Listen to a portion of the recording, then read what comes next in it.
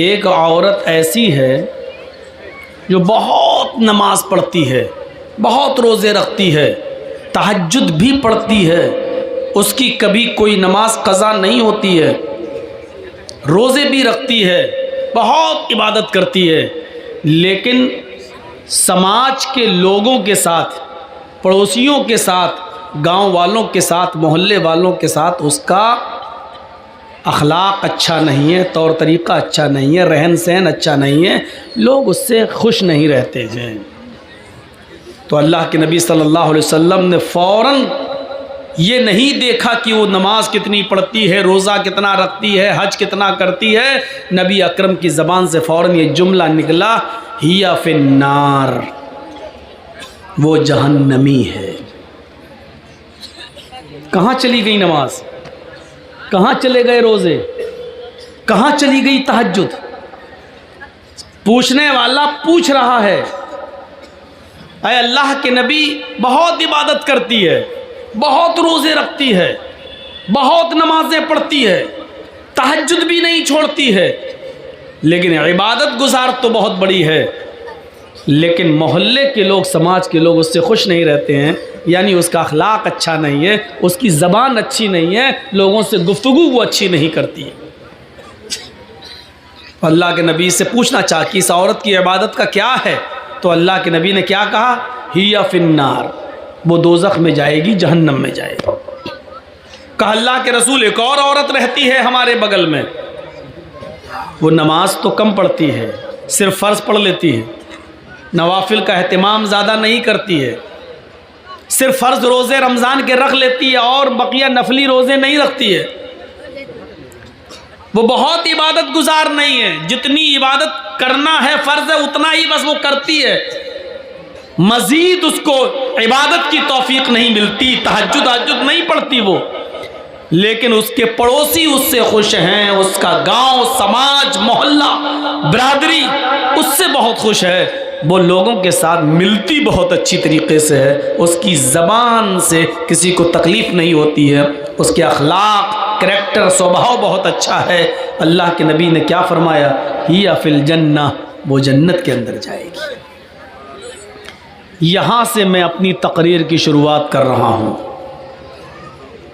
तमाम यूट्यूबर मौजूद हैं, रिकॉर्ड हो रही है, और आज की ये तकरीर मेरे अपने भी channel Jarjis Ansari official channel पर भी लाइव चल रही है। जो लोग सुन रहे हैं सुन सकते हैं, देख सकते हैं। तो मैं यहाँ से अपनी तकरीर की शुरुआत करता हूँ। जो लोग अपने जहन में ये बना कर आए हैं कि मौलाना साहब वेदों के मंत्र पढ़ेंगे, गीता और रामायण के श्लोक सुनाएंगे, वो इस जलसे से जा सकते हैं। अगर वो सुनने आए हैं तो उनको खुली इजाज़त है कि वो जाएं। हमें अपनी आखिरत देखना है, पहले हमें अपना मुआशरा देखना है, अपना समाज देखना है। रहा वेदों के मंत्र, तो माफ़ कीजिएगा वो एक ज़िमनी चीज़ है, वो दूसरी चीज़ है। हमारे सामने गैर मुस्लिम बैठे नहीं हैं। जब कहीं हिंदू लोग जलसा कराते हैं या सर्वधर्म सम्मेलन होता है तो वहाँ वो चीज़ें बोली जाती हैं जहाँ ये बताना मकसद होता है कि इस्लाम ये कहता है और हिंदू धर्म ये कहता है। लेकिन मेरे सामने जो मुखातब हैं, मेरे सामने जो मौजूद लोग हैं, वो माफ़ कीजिएगा मुसलमान हैं, और मुसलमानों के सामने वेदों के मंत्र पढ़ना मैं इसको ज़्यादा मुनासिब नहीं समझता। ज़रूरत पड़ी तो देख लिया जाएगा, लेकिन ये जहन बनाकर अगर आप आए हैं तो अपने जहन से निकाल दीजिए। अब आप समझेंगे मेरी तकरीर। बेटा कहाँ जा रहे हो? सामने से उठा बैठी मत कीजिएगा, पेशाब लगे तो यहीं कर लीजिएगा, लेकिन उठा बैठी मत कीजिएगा। सबसे ज़्यादा डिस्टर्ब हमको यहाँ से होता है, इधर उधर से भागें कोई दिक्कत नहीं। पहले हम अपने ताल्लुकात और अपने मामलात देखें। अच्छा, ये तो कन्फर्म है कि हम और आप इस दुनिया में भेजे गए हैं तो अल्लाह की इबादत के लिए भेजे गए हैं, और ये भी कन्फर्म है कि हमारे बाप आदम को जिस जन्नत से निकाला गया था और माँ हव्वा को, हमें और आपको उसी जन्नत को दोबारा पाने के लिए यहाँ भेजा गया है। कि उस मकाम को दोबारा हासिल कीजिए जिस मकाम से हमने तुम्हारे बाप आदम और तुम्हारी माँ हव्वा को निकाला था। तो ये कन्फर्म है कि हम और आप इस दुनिया में उस खोए हुए मकाम को दोबारा पाने के लिए और उसकी तैयारी करने के लिए इस दुनिया में आए। और हम ये नमाज पढ़ रहे हैं, रोज़े रख रहे हैं, इबादत कर रहे हैं, लेकिन हमारे आपसी ताल्लुकात आपस में अच्छे नहीं हैं तो हमारी इबादतें कबूल नहीं। अल्लामा हेसमी मजमा-उज़ ज़वाइद के अंदर एक रिवायत नकल करते हैं, कहते हैं कि क़यामत का दिन होगा, मैदान महशर सजी हुई होगी, लोगों का हिसाब किताब हो रहा होगा, नामे आमाल लोगों को उनके हाथ में दे दिए जाएंगे, नेक लोगों को उनके राइट हैंड में सीधे हाथ में, और बदकारों को बुरे का अमल करने वालों को उनके लेफ्ट हैंड में यानी उनके उल्टे हाथ में नामे आमाल दे दिए जाएंगे। कुछ लोग खड़े होंगे, अभी उनको नामे आमाल नहीं मिले होंगे, ये तहज्जुद गुजार होंगे, नमाजें इनकी कभी नहीं छूटी होंगी, फजर की नमाज भी इनकी कभी तर्क नहीं हुई होगी, अजान से पहले ये मस्जिद में पहुंचने वाले लोग होंगे, हाजी होंगे, नमाजी होंगे, मौलवी होंगे, अभी इनको इनके हाथ में नामे आमाल नहीं मिला होगा, लेकिन इनको उम्मीद होगी हमने तो बड़ी नमाजें पढ़ी हैं, बड़े रोज़े रखे हैं, बड़ी इबादतें की हैं, फरिश्ता जब मुझे मेरे हाथ में नामे आमाल देगा तो दाहिने हाथ में नामे आमाल देगा। लेकिन फरिश्ता जब उसके हाथ में नामे आमाल देने आएगा तो ये अपना दाहिना हाथ बढ़ाएंगे, फरिश्ता आमाल नामा पीछे कर लेगा और कहेगा कि तुम अपना उल्टा हाथ, अपना बायां हाथ बढ़ाओ। वो कहेंगे फरिश्तों से, क्या कह रहे हो, बायां हाथ? हमने तो नमाजें पढ़ी हैं, हमने तो रोज़े रखे हैं, हमने तो हज किए हैं, हमने तो तहज्जुद पढ़ी हैं, हमें उल्टे हाथ में नामे आमाल क्यों दोगे? फरिश्ता कहेगा मैं ये कुछ नहीं जानता, मेरे रब ने तुम्हें उल्टे हाथ में नामे आमाल देने का हुक्म मुझे दिया है, बढ़ाओ अपना बायां हाथ। ये नमाजी, ये रोज़दार, ये तहज्जुद गुजार, ये हाफिज, ये मौलवी, ये हाजी मजबूर होकर अपना बायां हाथ बढ़ाएगा और उसको उसके उल्टे हाथ में नामे आमाल दे दिया जाएगा। अब ये बाएं हाथ में नामे आमाल पढ़ेगा, खोलेगा, देखेगा ये बुराई, ये बुराई, ये बुराई, ये बुराई, ये बुराई, हर वर्क पन्ना उलटता जाएगा, पेज उलटता जाएगा, उसमें बुराइयां ही बुराइयां लिखी होंगी, उसकी एक भी नमाज का जिक्र नहीं, एक भी रोज़े का जिक्र नहीं, एक भी हज का जिक्र नहीं, एक भी तहज्जुद का जिक्र नहीं। वो ये देखेगा, अपना नामे आमाल उठाकर बंद कर देगा, चीखेगा और चिल्लाएगा आईना हसनाती या रब्बल आलमीन, आय अल्लाह इसमें तो मेरे गुनाह ही गुनाह लिखे हैं, हमारे नामे आमाल में तो बुराइयां ही बुराइयां लिखी हुई हैं, हमने जो नमाजें पढ़ी थी वो कहाँ चली गई, हमने जो रोज़े रखे थे वो कहाँ चले गए, हमने जो हज किया था वो कहाँ चला गया, हमने जो तहज्जुद पढ़ी थी वो कहाँ चला गया, हमने जो सदका और खैरात किया था मस्जिदों में और मदरसों में जो हमने चंदा दिया था, ये नेकियां कहाँ चली गई, आईना हसनाती या रब्बल आलमीन, आय अल्लाह मेरी नेकियों का क्या हुआ, मेरी नेकियां कहाँ चली गई। आवाज आएगी गैब से, ओ मेरे बंदे तेरी गीबत ने, तेरी चोली ने, तेरे हसद ने, तेरे कीने ने, एक मुसलमान के खिलाफ तेरे दिल में जो नफरत थी, इस नफरत ने, इस हसद ने, इस गीबत ने, चुगली ने तेरी नेकियों को बर्बाद कर दिया, तेरी नेकियों को खत्म कर दिया। अब तेरे नामे आमाल में नेकियां नाम की कोई चीज नहीं रही। तू अपने मुसलमान भाई से जला करता था, हसद किया करता था, उसको परेशान किया करता था, उसके खिलाफ षड्यंत्र रचा करता था, पीठ के पीछे उसकी गीबत किया करता था।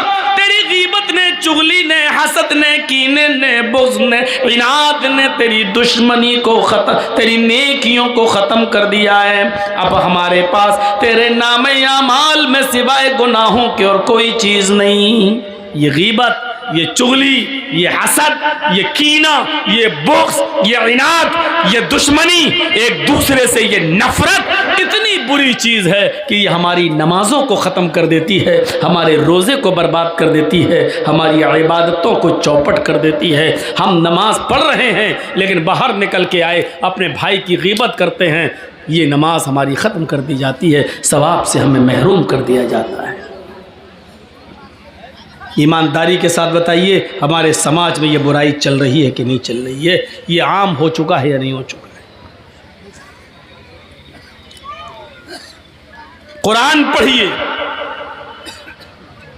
इन्नमल मुअमिनून इख्वा फअस्लिहू बैन अखवैकुम। ये दो चीज़ें हो गई। पहले तो अल्लाह ने कहा इन्नमल मुअमिनून इख्वा, सब मुसलमान मोमिन आपस में भाई हैं। पहले एक रिश्ता जोड़ा, पहले अहमियत बताई। देखो, एक मुसलमान को दूसरे मुसलमान की इज्जत उसी तरह करना चाहिए जिस तरह वो अपने भाई की करता। कोई अगर उसके भाई को गाली दे दे तो उसको बर्दाश्त नहीं होता है, ऐसे ही अगर कोई किसी मुसलमान को सताए तो इसको बर्दाश्त नहीं होना चाहिए, उसको अपने भाई की तरह समझना चाहिए।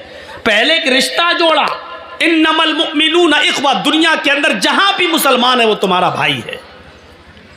और फिर दूसरी चीज बताई, फअस्लिहू बैन अखवैकुम, जब तुम्हारे दो भाइयों के दरमियान किसी बात को लेकर तनाज़ा हो जाए, झगड़ा हो जाए, इख्तिलाफ हो जाए, किसी बात को लेकर मन मिटाव हो जाए, किसी बात को लेकर उन दोनों के दरमियान जुदाई हो जाए, तो ये गांव वालों की जिम्मेदारी है, ये समाज की जिम्मेदारी है, ये पूरी कौम की जिम्मेदारी है कि उन दो मुसलमान भाइयों के दरमियान उस लड़ाई को ज़्यादा दिनों तक न रहने दें, बल्कि पूरा समाज मिलकर उन दोनों को मिला दे।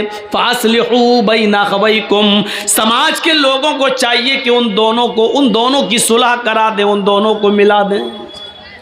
ये दूसरी चीज़ है।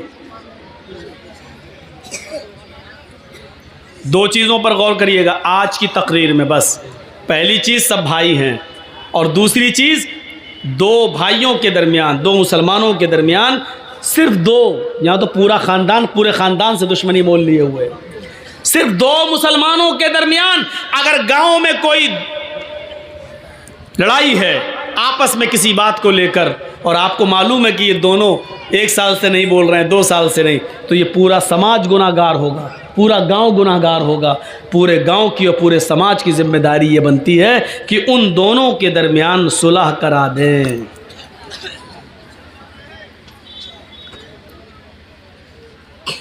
सुलह कराने के लिए एक हुक्म और दिया है। झूठ कितनी बुरी चीज़ है। कोई अगर अपने मुंह से झूठ बोलता है तो अल्लाह के नबी सल्लल्लाहु अलैहि वसल्लम ने फरमाया कि जब कोई बंदा झूठ बोलता है तो उसके मुंह से इतनी गंदी बदबू निकलती है कि उसकी बदबू से फरिश्ता 1 मील दूर भाग जाता है। यहाँ से आप अंदाज़ा लगा सकते हैं कि झूठ कितनी बुरी चीज़ है। एक हदीस में आता है कि अल्लाह के नबी से किसी सहाबी ने पूछा, अरे अल्लाह के रसूल, क्या मोमिन बुज़दिल हो सकता है? अल्लाह के नबी ने कहा हाँ, हो सकता है। दूसरा सवाल किया, अरे अल्लाह के नबी, क्या मोमिन बखील हो सकता है, कंजूस? आपने कहा हाँ, हो सकता है उसने पैसा ज़्यादा कमा लिया हो और अल्लाह की राह में ज़्यादा खर्च ना करे, कंजूस हो सकता है, बखील हो सकता है, मालो दौलत की मोहब्बत उसके दिल में आ सकती है, हो सकता है। देखो भाई, जिसको निकलना हो जल्दी निकल जाओ, अभी मैं इजाज़त दे रहा हूँ, अभी निकल जाओ, चलो। तो छोटा सा देखिए, अभी वहाँ जाके क्या करेगा, इसकी तो शादी भी नहीं हुई है।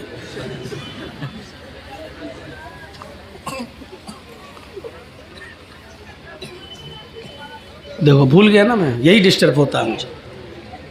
तो मैं अर्ज ये कर रहा था कि वो झूठ कितना बुरा है कि अल्लाह के नबी ने कहा कि हाँ मोमिन बखील भी हो सकता है, मालो दौलत की मोहब्बत उसको आ सकती है, बुज़दिल भी हो सकता है, बखील भी हो सकता है। फिर पूछने वाले ने पूछा, अरे अल्लाह के रसूल क्या मोमिन झूठा भी हो सकता है, क्या झूठ भी बोल सकता है? तो अल्लाह के रसूल ने क्लियर कर दिया, फरमाया वल्लाहि अल मोमिन ला यकज़िब, अल्लाह की कसम झूठ बोलता हो वो मोमिन हो ही नहीं सकता। मोमिन और झूठ, मुसलमान और झूठ, ये दो अलग अलग चीजें हैं।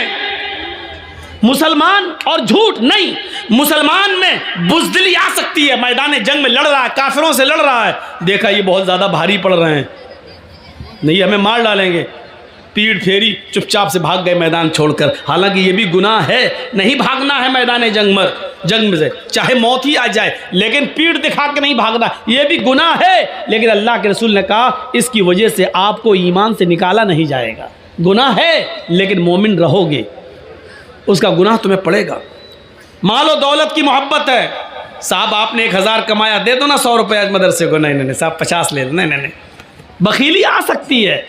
मालो दौलत की मोहब्बत आपको घर कर सकती है, लेकिन इसकी वजह से आपको ईमान से खारिज नहीं किया जा सकता है, आप मोमिन रहेंगे।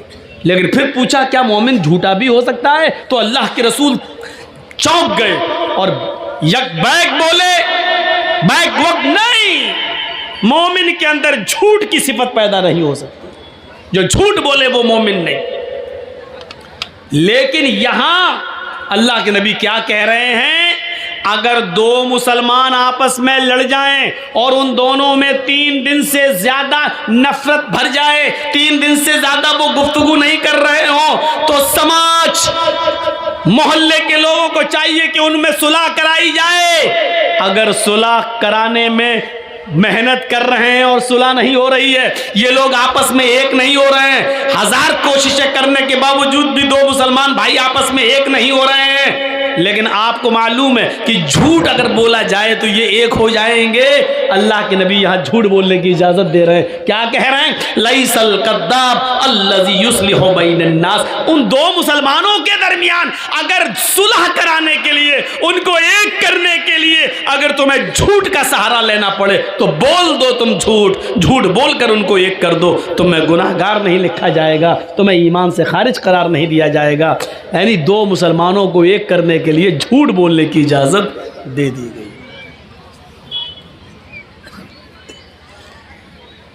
इसी तरीके से अगर किसी की बीवी नाराज हो और मन ना रही हो तो शौहर अपनी बीवी को मनाने के लिए भी झूठ बोल सकता है,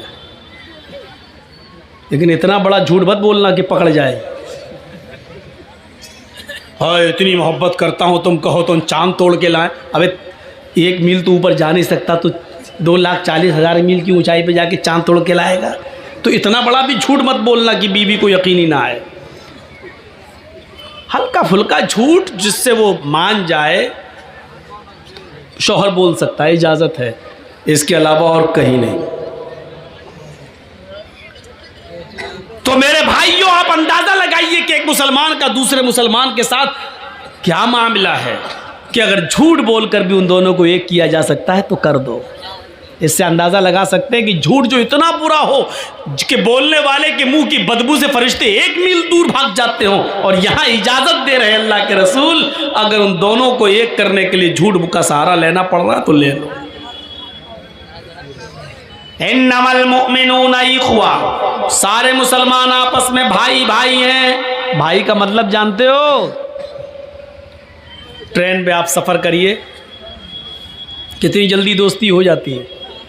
जर्जी साहब दिल्ली से बैठे कलकत्ता आ रहे हैं, ट्रेन में बैठे हुए हैं, मेरी सीट इधर है, मेरी सीट के सामने एक और मुसलमान भाई बैठा। एक मिसाल दे रहा हूँ, पूछना नहीं कब का वाक़या है, एक मिसाल दे रहा हूँ। सामने एक और मुसलमान भाई बैठा हुआ है, हम उसको नहीं जानते, वो हमें नहीं जानता।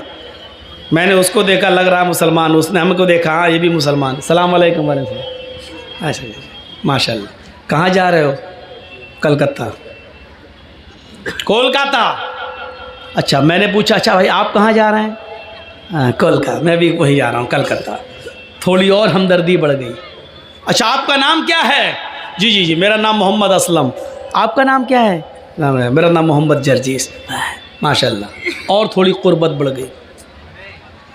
धीरे धीरे धीरे धीरे उसी ट्रेन में, अभी 24 घंटे का सफ़र है, तो 4 घंटे में ही इतनी मोहब्बत बढ़ गई कि आप चाय ख़रीद रहे हैं तो एक नहीं दो, एक मुझे पिला रहे हैं, एक आप, मैं कोई चीज़ ख़रीद रहा हूँ तो आपको दे रहा हूँ, एक आप एक मैं। थोड़ी और कुर्बत बढ़ी। अच्छा कहाँ जाओगे? कोलकाता में मडिया बुरुज। आप कहाँ जाएंगे? अरे साहब मैं भी वहीं जा रहा हूँ, लीजिए। और कुर्बत बढ़ गई। अब ये कुर्बत इतनी बढ़ गई कि मैं किसी स्टेशन पर पानी भरने के लिए उतरता हूँ तो वो आदमी मेरे सामान की देखरेख कर रहा है, क्योंकि ये हमारा भाई है, सफ़र का साथी है। वो किसी स्टेशन पे उतरता है तो हम उसका सामान देख रहे हैं। आप इतना भरोसा हो गया, जब मैं उतरता हूँ तो उससे कहता हूँ मेरा सामान देखना, जब वो उतरता है तो मुझसे कह देता भाई साहब मैं उतर रहा हूँ, मेरा सामान देखना। अब उसकी न सिर्फ जान बल्कि उसके माल की हिफाजत की जिम्मेदारी भी एक दूसरे के ऊपर आयद हो जाती है।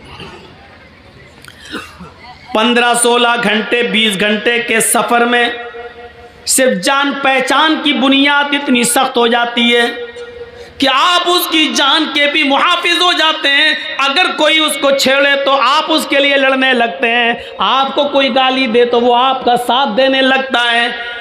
जब आप स्टेशन पे उतरते हैं तो आपके सामान की हिफाजत मैं करता हूं, मैं उतरता हूं तो आप मेरे सामान की हिफाजत करते हैं। 15-16-20 घंटे के सफर में जब तुम दोनों एक दूसरे की जान और एक दूसरे के माल के मुहाफिज बन गए, अल्लाह के नबी कहते हैं ये दुनिया भी एक सफर है, हम सब इस दुनिया में एक मुसाफिर की हैसियत से आए हुए हैं। इस दुनिया में हम सब सफर कर रहे हैं। ओ लोगों, चंद घंटों की मुलाकात में जब तुम एक दूसरे की जान के और माल के मुहाफिज रक्षक हो गए हो तो जिंदगी के सफर में भी एक इंसान का, एक मुसलमान का की जान और एक मुसलमान का माल दूसरे मुसलमान के ऊपर हराम है। अल्लाह के रसूल ने हज्जतुल विदा के मौके पर जो खुतबा दिया था, उस खुतबे में आपने यही जुमले कहे थे, इन्ना दिमाअकुम व अमवालकुम हरामुन अलैकुम का हुर्मत यौमिकुम हाजा फी बलदिकुम हाजा फी शहरिकुम हाजा। ये अल्लाह के नबी ने फरमाया, ओ लोगों, तुम्हारे खून और तुम्हारा माल एक दूसरे के ऊपर हराम है, तुम एक दूसरे को कत्ल न करो, एक दूसरे का माल नाजायज तरीके से न खाओ। ये अल्लाह के रसूल ने अपने आखिरी खुतबे के अंदर इन जुमलों को कहा था। कुरान भी हमें हुक्म दे रहा है, या अय्युहल्लज़ीना आमनू ला ताकुलू अमवालकुम बैनकुम बिल बातिल। ऐ ईमानो वालो, ऐ मुसलमानों, तुम आपस में एक दूसरे का माल नाजायज तरीके से मत खाओ।